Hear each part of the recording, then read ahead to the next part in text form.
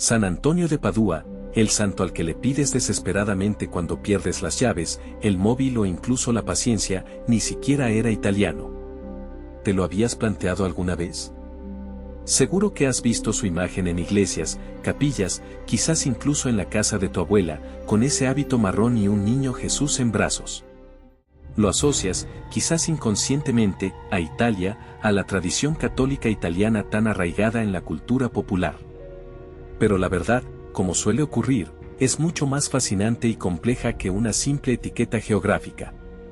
Entonces, ¿quién era realmente este hombre al que llamamos San Antonio de Padua, si no era de Padua?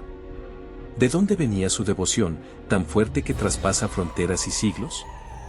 ¿Por qué, hoy, en pleno siglo XXI, sigues recurriendo a él para encontrar las cosas que se te escapan entre los dedos? Porque, seamos sinceros, todos hemos murmurado alguna vez un San Antonio cuando el pánico de no encontrar algo nos invade. Y funciona, ¿verdad?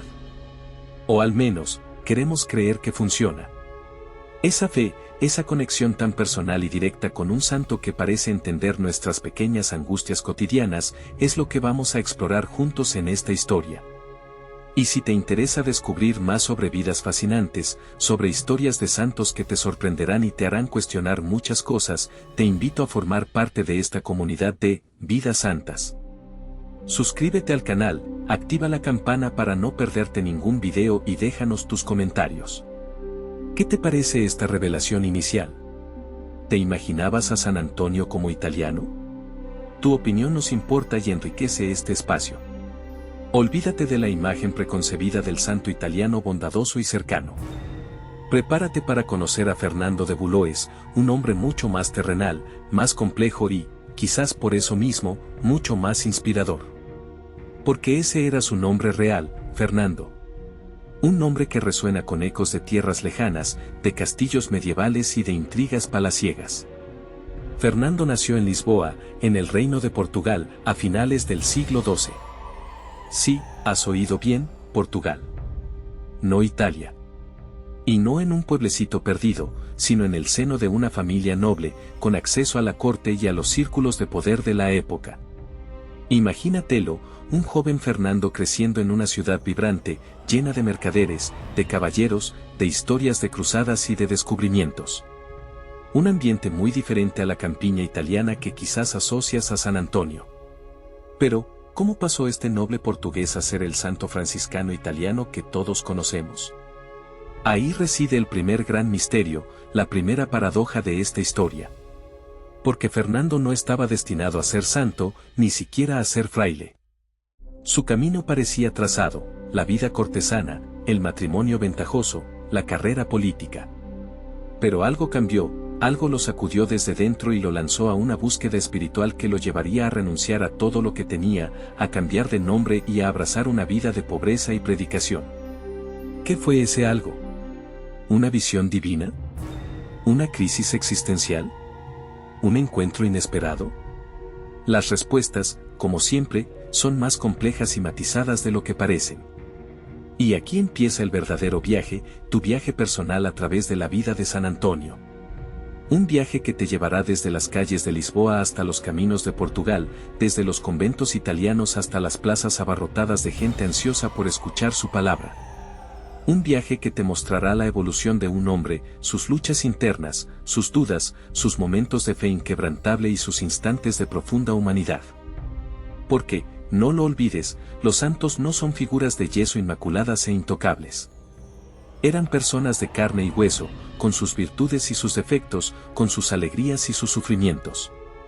Y es precisamente en esa humanidad, en esa cercanía, donde reside la clave de su conexión con nosotros, siglos después de su muerte. Así que, olvídate por un momento de la imagen edulcorada y convencional de San Antonio. Abre tu mente y tu corazón a la posibilidad de descubrir un hombre nuevo, un santo diferente, un personaje histórico fascinante que te sorprenderá en cada paso del camino. Porque la historia de San Antonio, el santo no italiano, está llena de giros inesperados, de momentos dramáticos, de milagros inexplicables y, sobre todo, de una profunda lección de fe y de entrega que sigue resonando con fuerza en el mundo actual.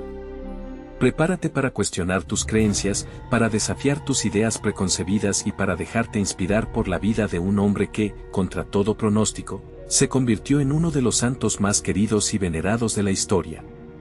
¿Estás listo para empezar este viaje? Aquí comienza una historia que quizás creías conocer, pero te aseguro, está llena de recovecos y preguntas incómodas. Olvida por un instante las estampitas y los sermones edulcorados.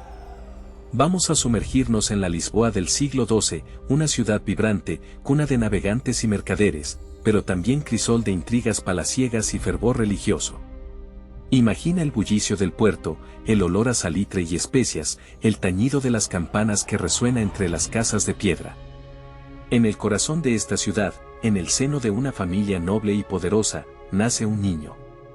No es un nacimiento cualquiera, es el alumbramiento de un primogénito, heredero de títulos y fortunas. Le llaman Fernando. Visualiza la escena, la pila bautismal de la Catedral de Lisboa, imponente y fría. El agua bendita derramándose sobre la frente infantil, la promesa de una vida guiada por la fe. Pero, ¿quién podía prever entonces el destino singular de aquel bebé envuelto en paños de lino? ¿Quién imaginaba que ese nombre, Fernando, resonaría siglos después, no por su linaje, sino por su renuncia? Creciste en un palacio, rodeado de tapices flamencos y vajillas de plata. Tus primeros juguetes fueron espadas de madera y caballos tallados, símbolos de tu herencia guerrera y señorial. Aprendiste las letras y los números de la mano de preceptores eruditos, hombres de iglesia que te inculcaron el latín y los rudimentos de la filosofía. La Catedral de Lisboa fue tu primer libro, sus muros adornados con esculturas y vitrales, un catecismo pétreo que te narraba historias bíblicas y vidas de santos. Te educaron para mandar, para administrar tierras y siervos, para participar en las cruzadas si la ocasión lo requería. Se te enseñó el valor del honor, la importancia del apellido, la obligación de mantener el prestigio familiar. Eras un niño privilegiado, destinado a una vida de comodidades y reconocimiento social. Las puertas del poder y la riqueza se abrían ante ti como un camino alfombrado. Pero, ¿era suficiente? ¿Te bastaba con heredar un título y vivir entre los halagos de la corte? ¿No sentías acaso un vacío, una inquietud sorda que resonaba en tu interior a pesar de la opulencia que te rodeaba? Mirabas a través de los balcones de tu palacio la ciudad que se extendía a tus pies, un laberinto de calles estrechas y vidas anónimas. ¿Te preguntabas alguna vez por el sufrimiento que se ocultaba tras las fachadas de piedra, por la desigualdad que separaba tu mundo del de los demás? En la majestuosa catedral, mientras escuchabas los cánticos gregorianos y contemplabas la solemnidad de los rituales, ¿no te asaltaba la duda? ¿No te cuestionabas la pompa y la ostentación de una iglesia que predicaba la humildad y la pobreza evangélica? ¿No te resultaba paradójico que en nombre de un Dios que había nacido en un pesebre, se erigieran templos fastuosos y se acumularan riquezas terrenales? Te instruyeron en las sagradas escrituras, te contaron las hazañas de los mártires y los ascetas, hombres y mujeres que habían renunciado a todo por seguir un ideal superior. ¿Te conmovían esas historias? ¿Despertaban en ti una chispa de admiración o te parecían ejemplos absurdos, propios de fanáticos o ilusos? En tu entorno noble, segaramente se valoraba más la prudencia y la ambición que la entrega desinteresada y el sacrificio. Sin embargo, algo en ti era diferente. Algo te impulsaba a mirar más allá de las convenciones sociales, de las expectativas familiares, del camino trazado para ti desde la cuna. Sentías una sed insaciable de conocimiento, pero no solo del saber libresco, sino de una verdad más profunda, más auténtica. Buscabas respuestas a preguntas que quizás ni siquiera te atrevías a formular en voz alta. Y así, en medio del lujo y la seguridad de tu entorno privilegiado, germinó una semilla de inquietud, una disconformidad latente que te conduciría por senderos inesperados. La vida te ofrecía un banquete dorado, pero tu alma anhelaba un alimento distinto, un néctar espiritual que saciara tu sed de infinito. Eras Fernando, el noble lisboeta, destinado a la gloria mundana. Pero dentro de ti, ya latía la promesa de otro nombre, de otro destino, de una trascendencia que superaría con creces los límites de tu cuna. ¿Qué impulsó a este joven privilegiado a abandonar una vida de comodidades y renombre? En esta historia, te encuentras en la encrucijada de tu destino, un punto donde el camino que creías trazado se bifurca de manera abrupta. Has caminado ya un trecho bajo el hábito agustino, buscando refugio y propósito entre muros que resonaban con siglos de reflexión y disciplina. Recuerda aquellos días, la quietud del claustro, el aroma a pergamino antiguo, las horas dedicadas al estudio y la oración. Encontraste en la regla de San Agustín un orden, una estructura para tu espíritu inquieto. Te atrajo la búsqueda de la verdad, la profundidad intelectual, la promesa de una comunidad unida por un ideal común. Quizás buscabas respuestas a preguntas que te atormentaban desde joven, interrogantes sobre la existencia, el bien, el mal, el sentido de todo esto que llamamos vida. Y dentro de esa búsqueda, te entregaste. Te sumergiste en la teología, en la filosofía, en la disciplina austera de la vida monástica. Creías haber encontrado tu lugar, tu vocación. Veías en el hábito agustino no solo una vestimenta, sino un símbolo de tu compromiso, una declaración pública de tu entrega a Dios y a la Iglesia. Te sentías parte de una tradición venerable, una cadena ininterrumpida de hombres dedicados a la contemplación y al servicio. Pero el destino, como un río caprichoso, a veces nos arrastra por caminos inesperados.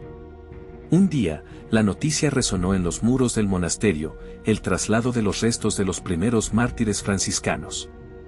Mártires, hombres que habían dado su vida por la fe, en tierras lejanas y hostiles.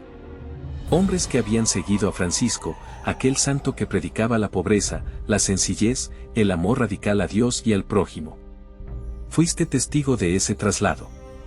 La solemnidad del momento, la multitud congregada, la veneración palpable en el aire. Viste los restos mortales, huesos que contaban una historia de sacrificio y entrega total. Y algo se removió en tu interior. Algo que quizás llevabas latente, una semilla que germinó de repente ante esa visión impactante. La austeridad agustina, la disciplina intelectual, de pronto parecieron insuficientes. La llamada a la pobreza radical, al abandono total en la providencia divina, resonó en tu alma con una fuerza inusitada. La imagen de Francisco, despojado de todo, abrazando la cruz, se grabó en tu mente. La alegría sencilla de los primeros franciscanos, su cercanía a los pobres, su predicación itinerante, contrastaba con la vida más contemplativa y establecida que conocías. Observaste a los franciscanos que acompañaban el traslado. Su humildad, su alegría, su sencillez.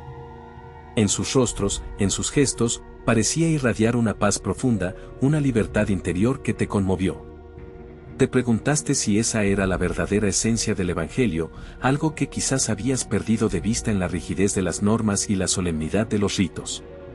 Y entonces, la pregunta punzante, la duda que te corroe, ¿fue este un simple cambio de hábito, o un profundo cambio en tu alma y propósito?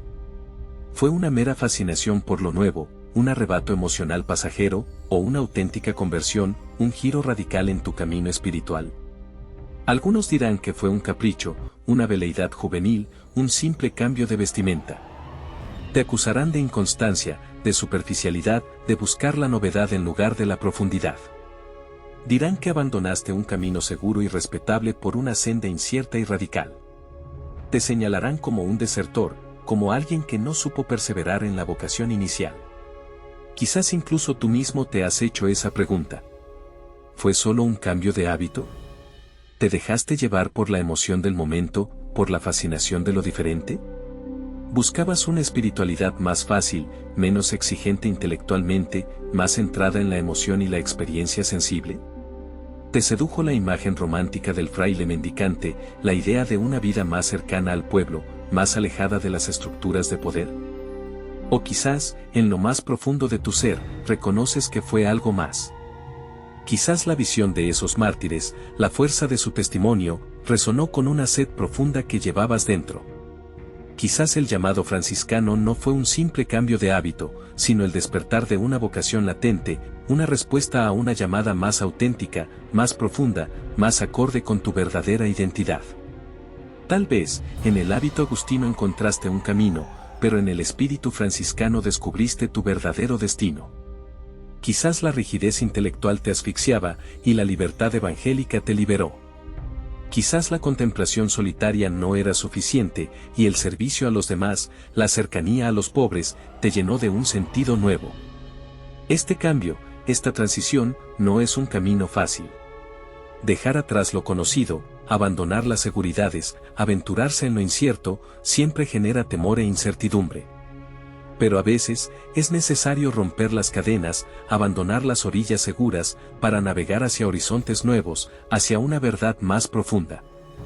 Ahora te encuentras ante esa decisión. La orden franciscana te abre sus puertas. ¿Te atreverás a cruzar ese umbral? ¿Dejarás atrás el hábito agustino para revestirte con el sayal franciscano? ¿Será un simple cambio de ropa o un renacimiento de tu alma? La respuesta está en ti. En lo más profundo de tu corazón. En la sinceridad de tu búsqueda. En la audacia de tu fe. Te levantaste una mañana con la certeza absoluta de que tu camino estaba trazado. Marruecos te esperaba, tierra de contrastes, de misterio, de almas sedientas. Te veías a ti mismo, misionero ferviente, llevando la palabra, plantando semillas de fe en un suelo aparentemente árido. Empaquetaste tus sueños junto con tus Biblias y partiste con el corazón henchido de propósito. Pero la vida, ya sabes, tiene una forma muy particular de reírse de nuestros planes más grandiosos. Llegaste a Marruecos, sí, pero la arena del desierto no fue lo único que te recibió con hostilidad.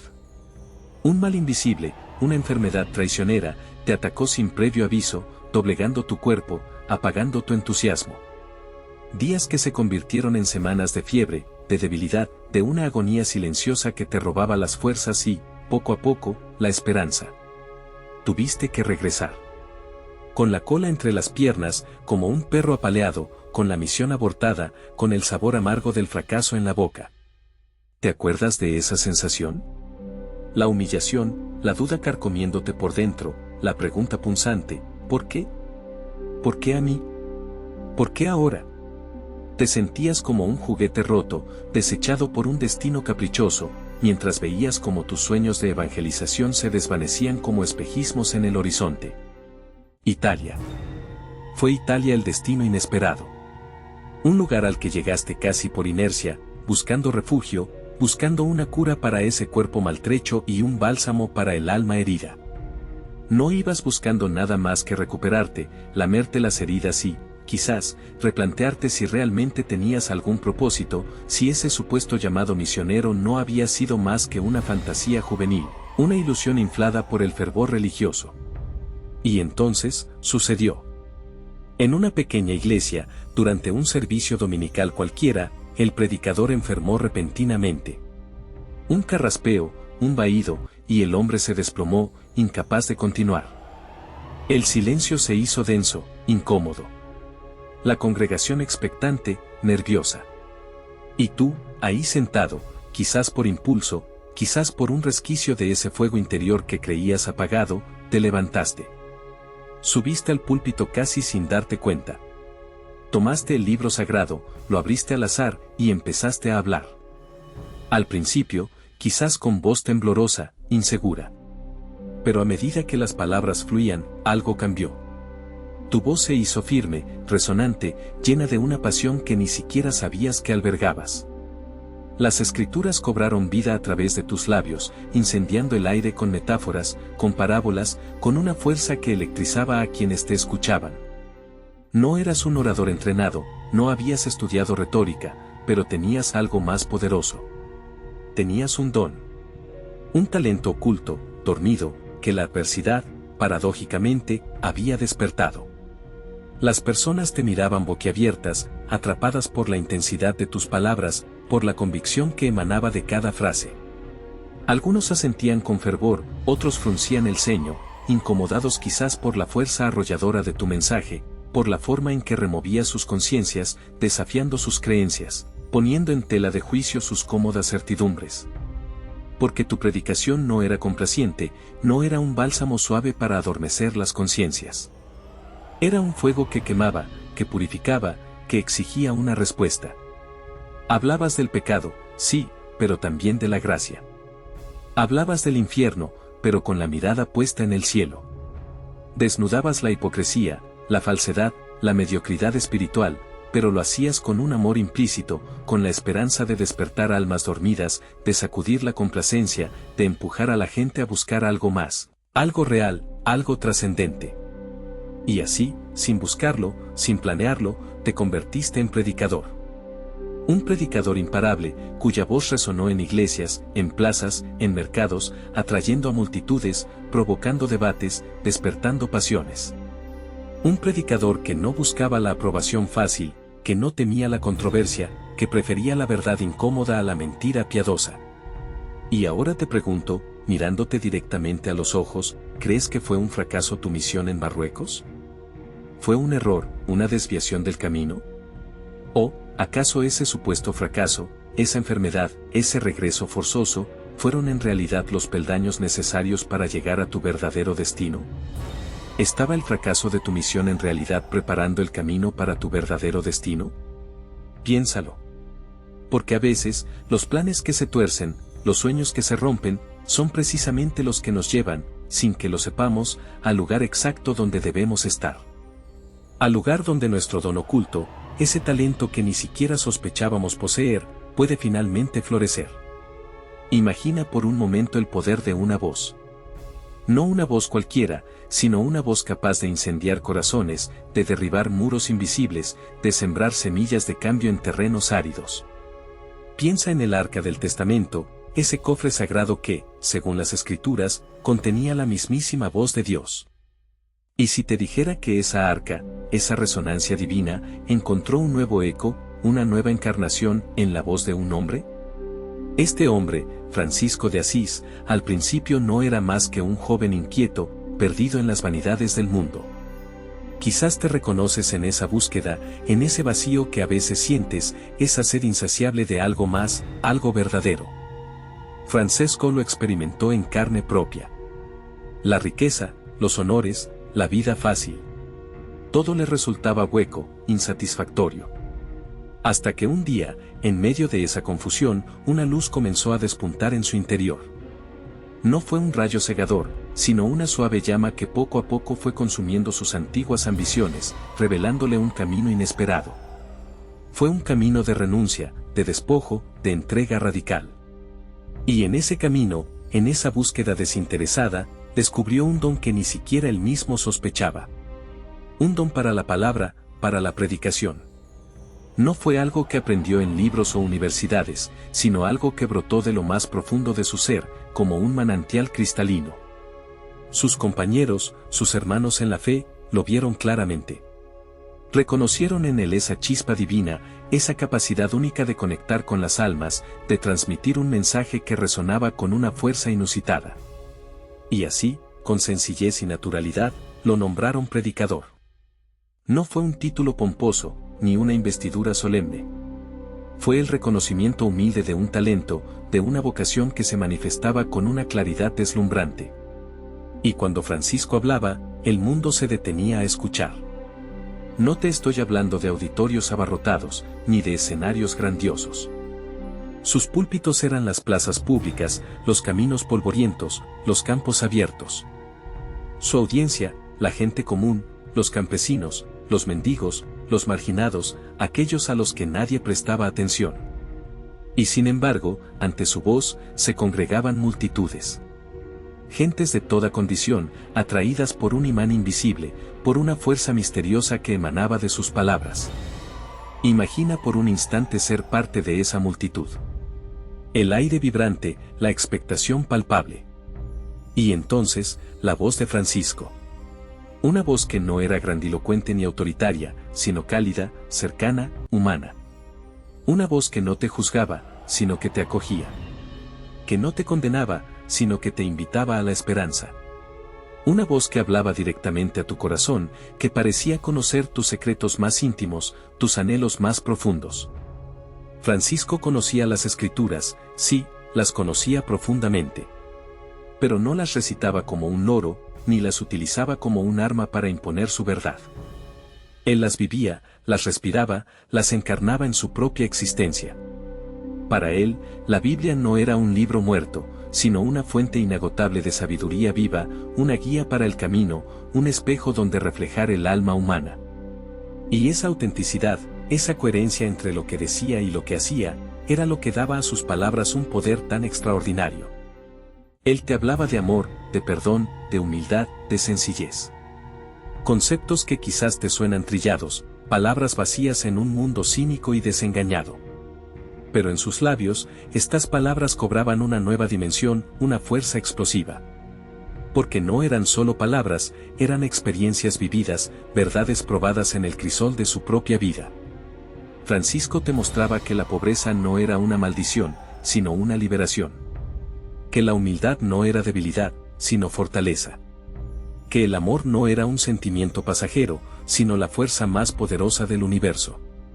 Algunos, los más escépticos, podrían decir que todo era fruto de la sugestión, del fervor religioso de la época, de la ignorancia de las masas. Te dirán que Francisco era un iluso, un soñador, un ingenuo que se dejó llevar por sus emociones. Pero, ¿cómo explicas entonces el impacto duradero de su mensaje? ¿Cómo justificas la transformación radical que operó en miles de vidas? ¿Acaso la simple sugestión puede construir una orden religiosa que perdura durante siglos, inspirando a millones de personas en todo el mundo?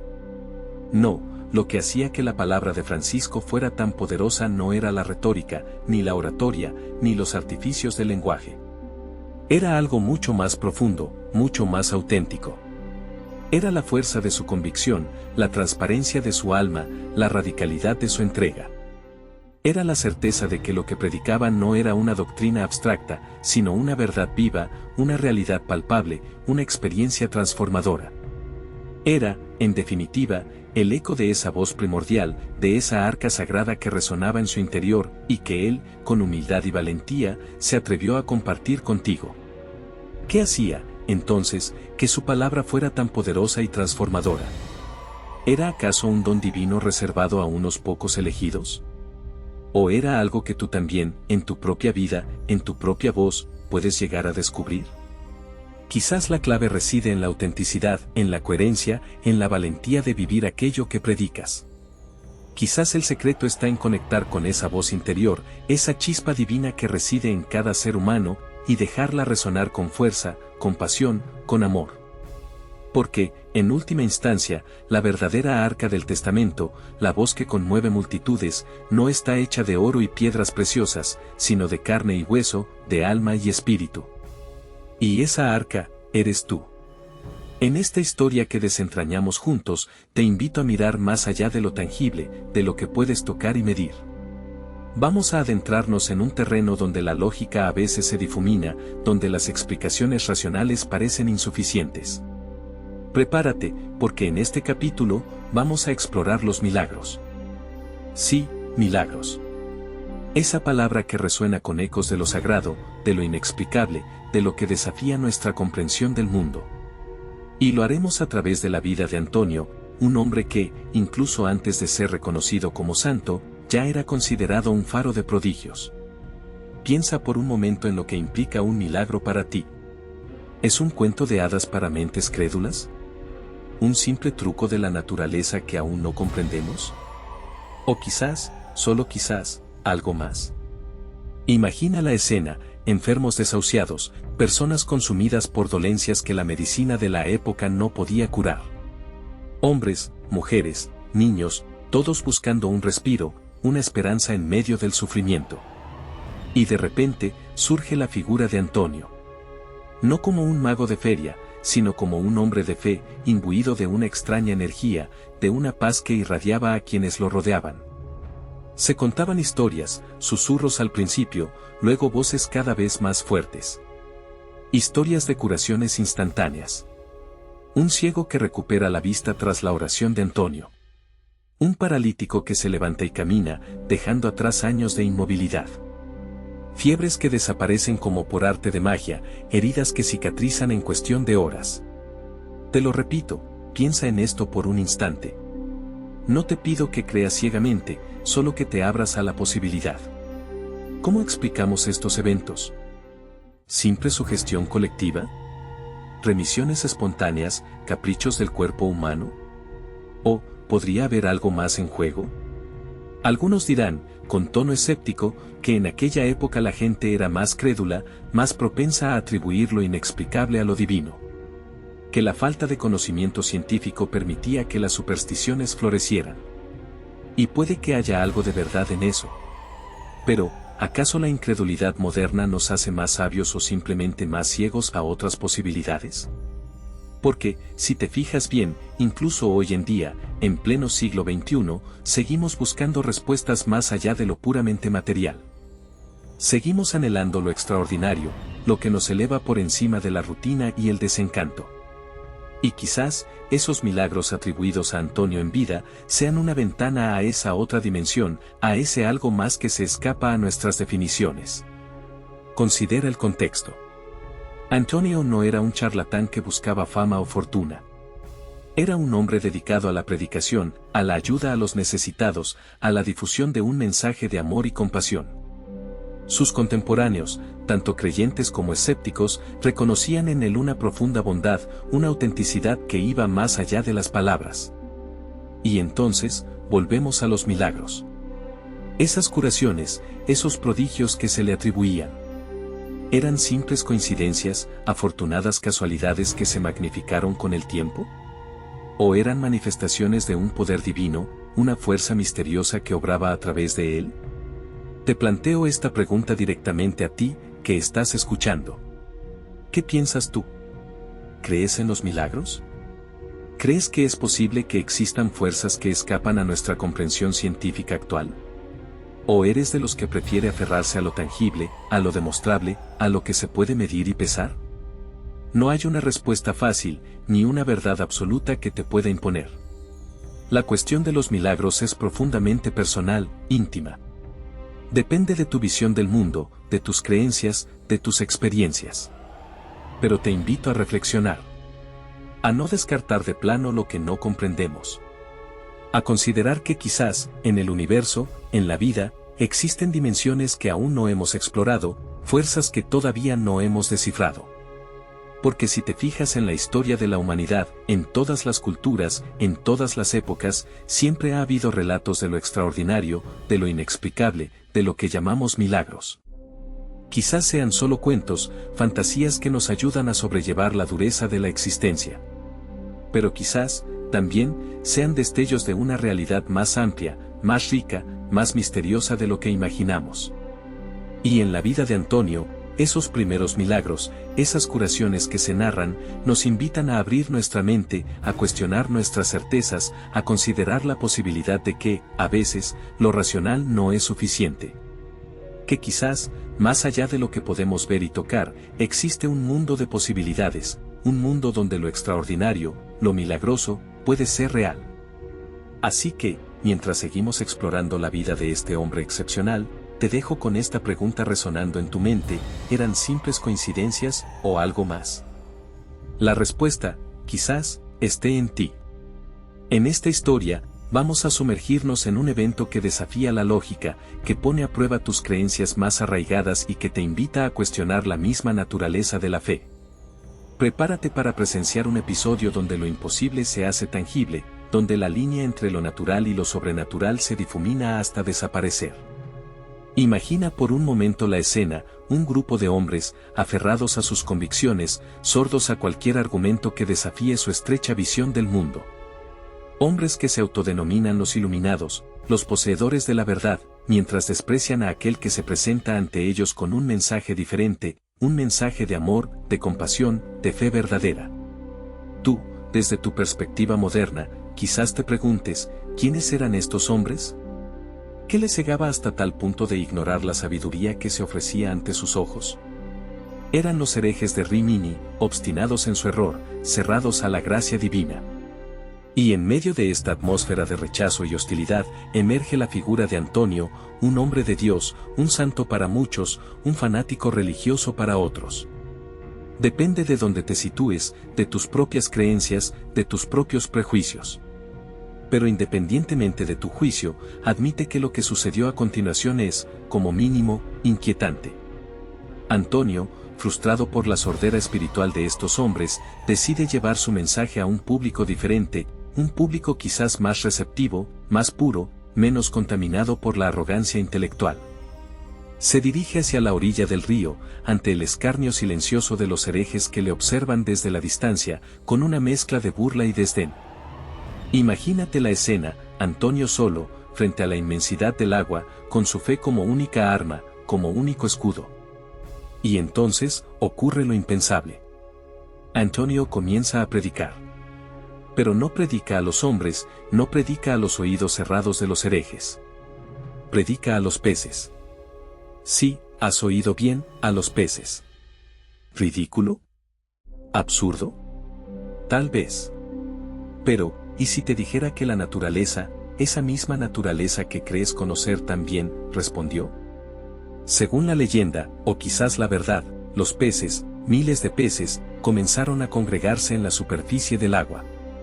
No como un cardumen cualquiera, no por instinto de supervivencia o búsqueda de alimento.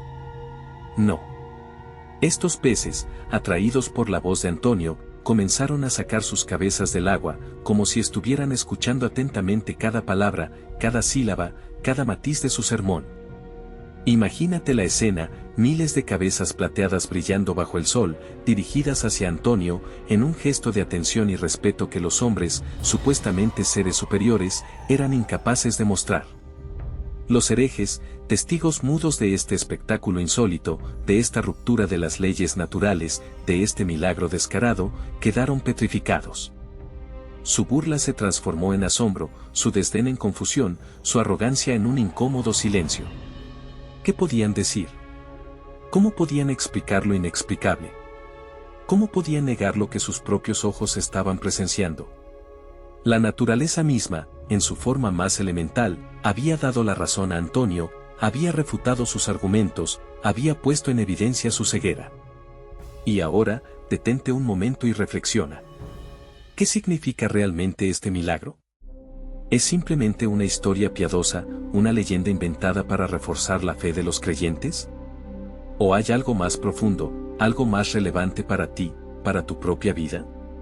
¿Qué simboliza este milagro y qué mensaje te transmite sobre la fe y la perseverancia? Piensa en los peces. Seres considerados inferiores, sin intelecto, sin capacidad de razonamiento, supuestamente guiados solo por el instinto. Y sin embargo, ellos escucharon. Ellos respondieron. Ellos mostraron una receptividad, una apertura, que los hombres, dotados de razón y libre albedrío, habían negado. ¿No te resulta paradójico? ¿No te hace cuestionar la verdadera jerarquía de la creación? ¿Quiénes son realmente los sordos, los ciegos, los incapaces de comprender la voz divina? Quizás el milagro de los peces no se trata tanto de peces literales sacando sus cabezas del agua. Quizás se trata de una metáfora poderosa, una alegoría que te habla directamente a ti, a tu corazón, a tu mente. Quizás los peces representan esas partes de ti mismo que aún son puras, receptivas, sin corromper por el cinismo, por la duda, por la soberbia intelectual. Esas partes que, en el fondo, anhelan escuchar una voz que les hable de esperanza, de amor, de trascendencia. ¿Y los herejes, a quiénes representan? Quizás representan esa otra parte de ti, esa parte escéptica, racional, aferrada a la lógica y a la evidencia empírica. Esa parte que se burla de lo que no comprende, que rechaza lo que desafía su visión del mundo, que se cierra a la posibilidad de lo milagroso. El milagro de los peces te invita a preguntarte, ¿a quién estás escuchando? ¿A los peces que se abren a la fe, o a los herejes que se cierran en la incredulidad? ¿Qué voz permites que te guíe? ¿La voz de la esperanza, o la voz del desencanto? ¿La voz de la fe, o la voz de la duda? San Antonio, ante la indiferencia y el rechazo, no se rindió. No se dejó vencer por el desánimo. Perseveró en su mensaje, buscando un camino alternativo, un lenguaje diferente para llegar a aquellos que se negaban a escuchar. Y encontró una respuesta inesperada, una respuesta que desafió las leyes de la naturaleza, pero que resonó con la verdad más profunda.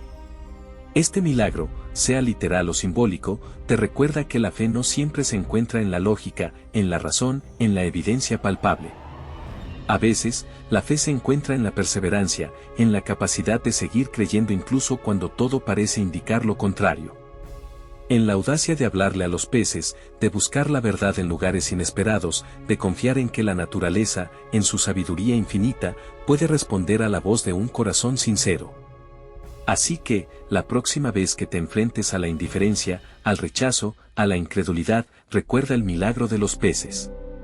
Recuerda que incluso ante la cerrazón más obstinada, siempre existe la posibilidad de un milagro, siempre existe la posibilidad de que la naturaleza, o lo que sea que tú entiendas por naturaleza, escuche.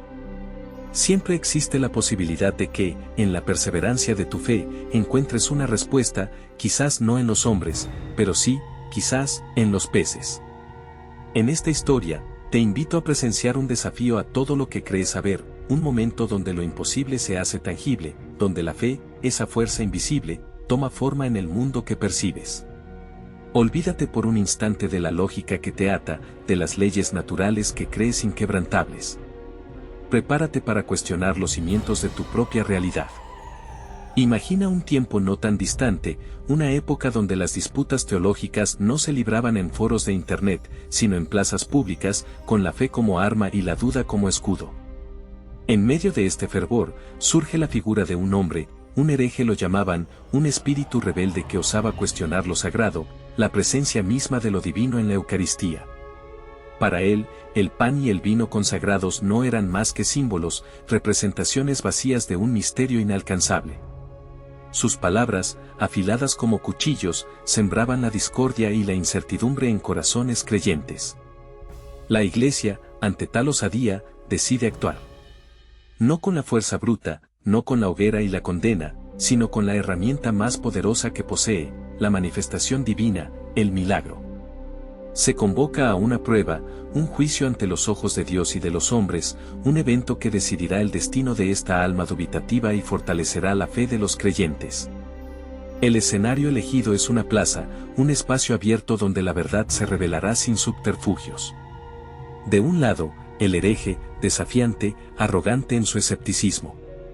Del otro, un obispo, representante de la Iglesia, portador de la sagrada forma, la Eucaristía, el cuerpo y la sangre de Cristo. Y en medio, un animal, una criatura simple, una mula, ajena a las disputas teológicas, guiada solo por su instinto.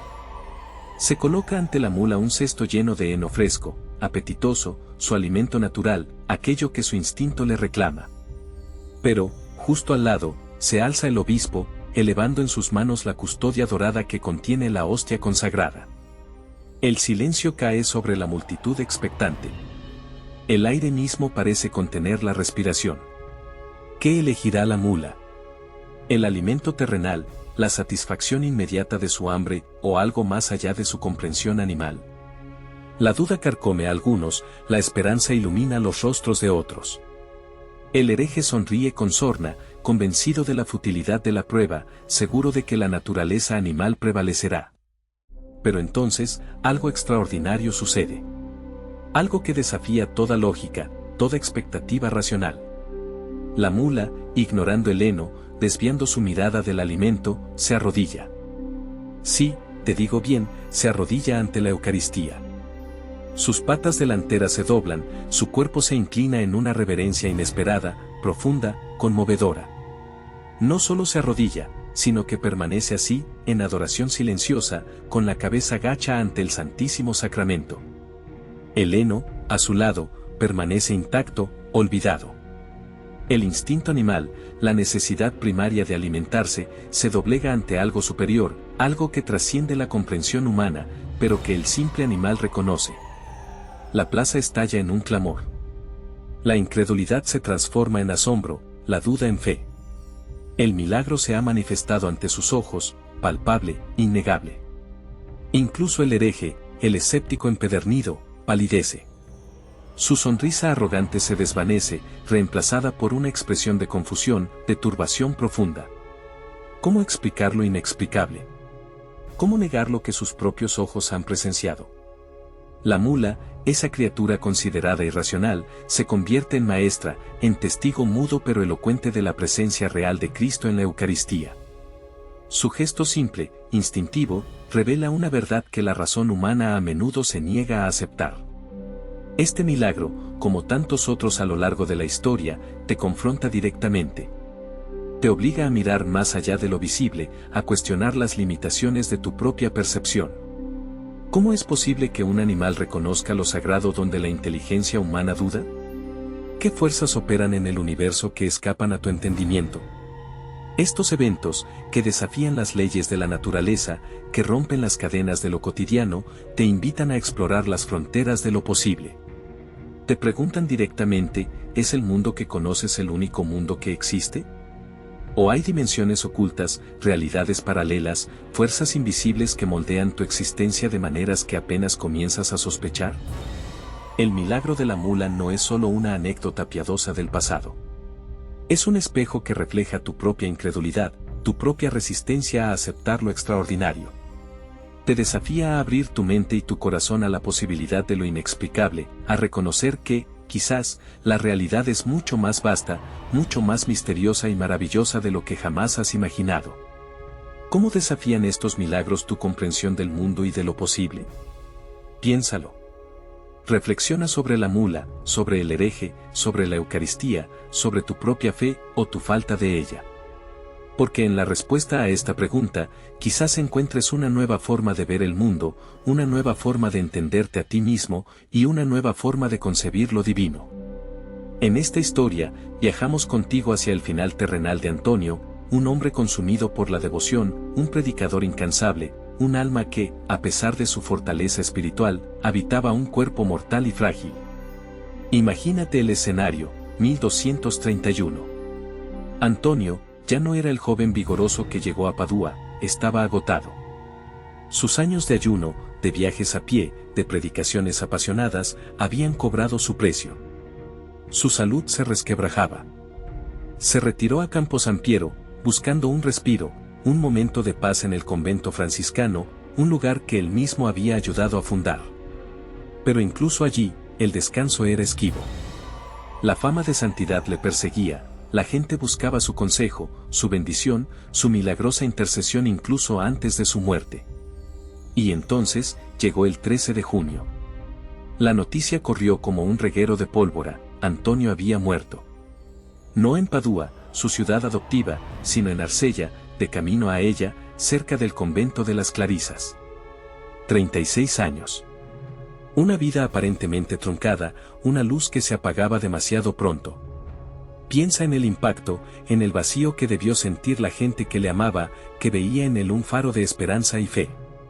Pero incluso en la muerte, Antonio no dejó de sorprender. Lo que sucedió después es algo extraordinario. No hubo un largo proceso, ni dudas, ni debates tortuosos. La canonización llegó a una velocidad asombrosa, menos de un año después de su muerte. Gregorio IX, el papa de aquel tiempo, proclamó Santo Antonio en Spoleto, el 30 de mayo de 1232. ¿Puedes imaginar la rapidez?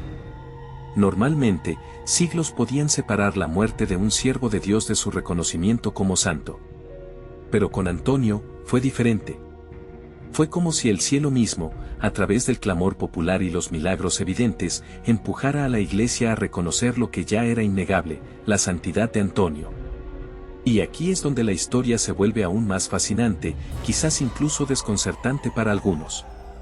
Porque si su vida fue un testimonio de fe y servicio, su muerte abrió las puertas a un fenómeno aún más amplio, más poderoso, el santo de los milagros incesantes.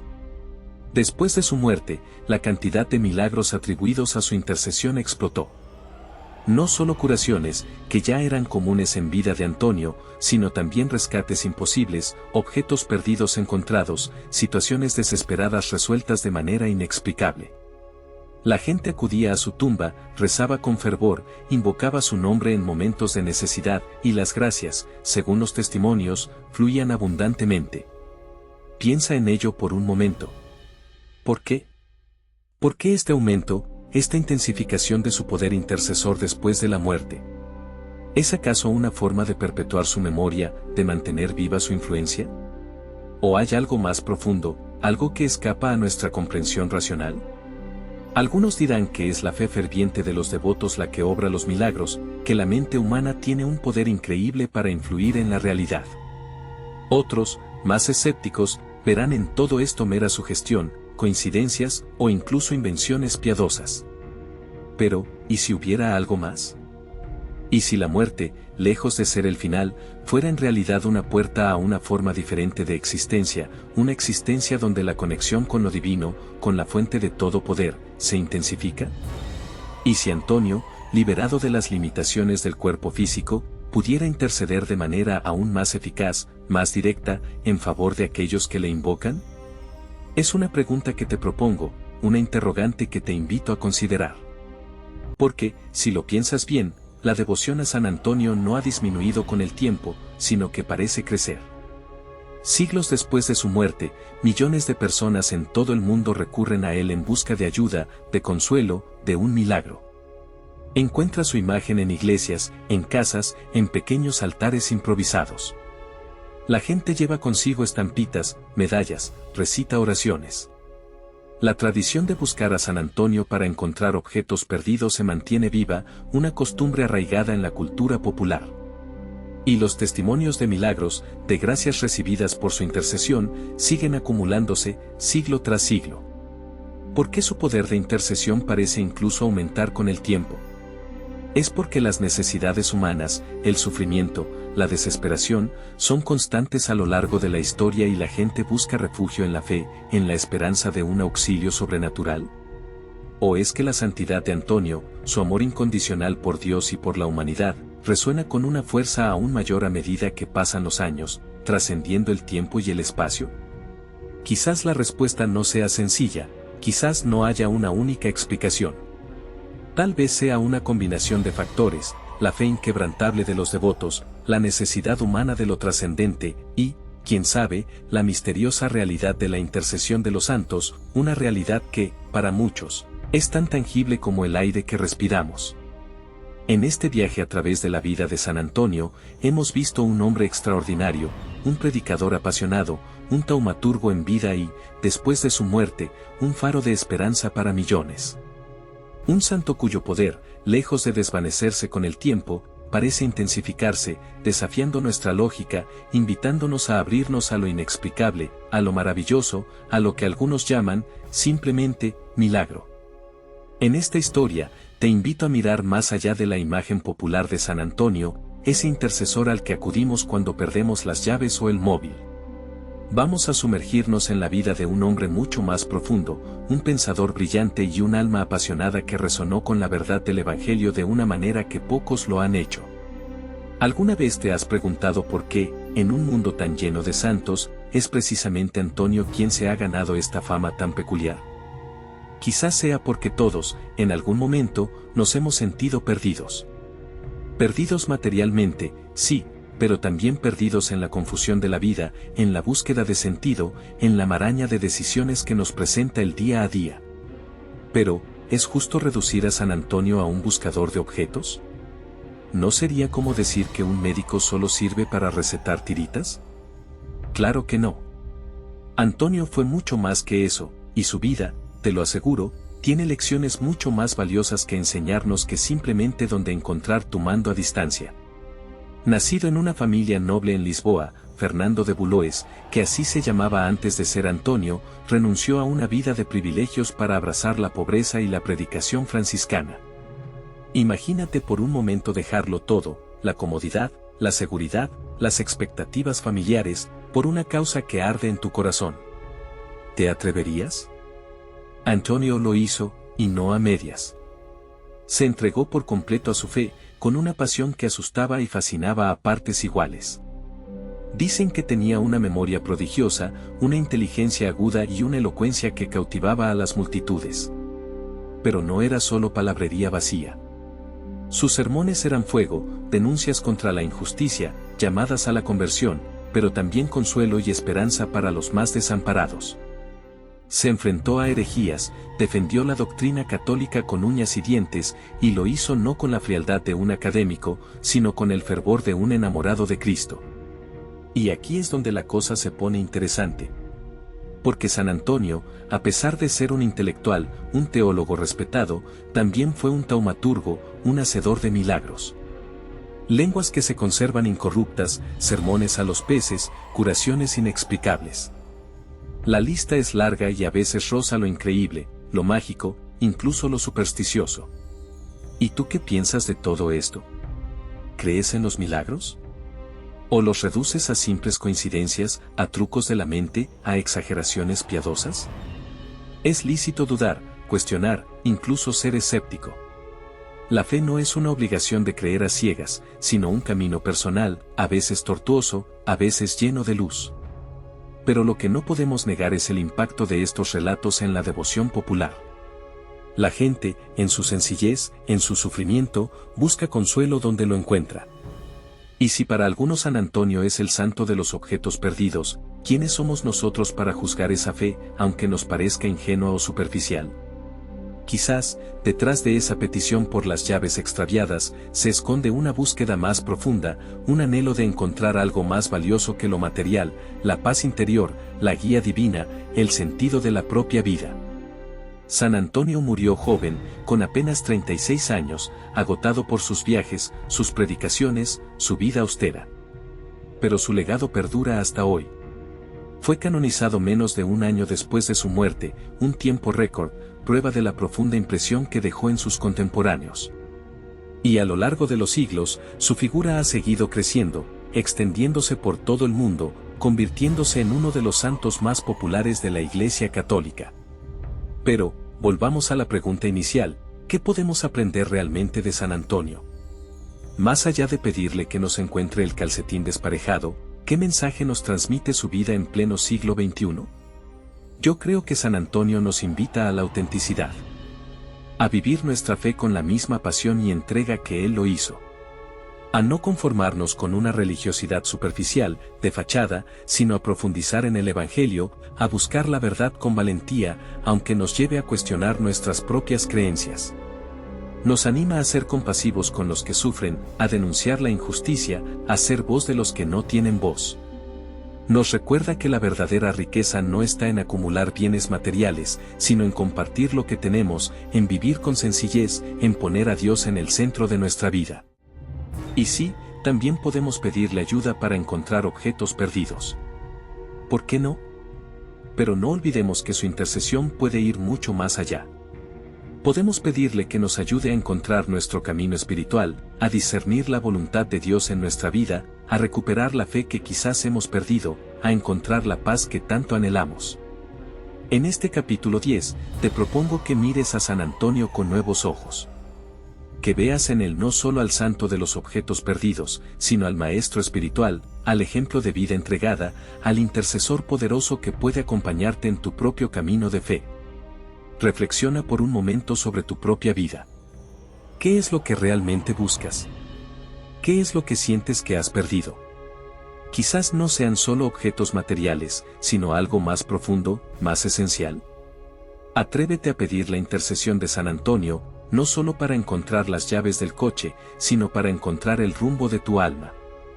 Y si este video te ha resonado, si te ha hecho pensar, si te ha inspirado de alguna manera, te invito a que nos lo hagas saber. Deja tu comentario, comparte tus reflexiones, cuéntanos qué significa San Antonio para ti. En Vidas Santas queremos crear una comunidad donde podamos compartir nuestras experiencias de fe, nuestras dudas, nuestras inquietudes y crecer juntos en este camino apasionante. No te quedes callado, participa. Tu voz es importante.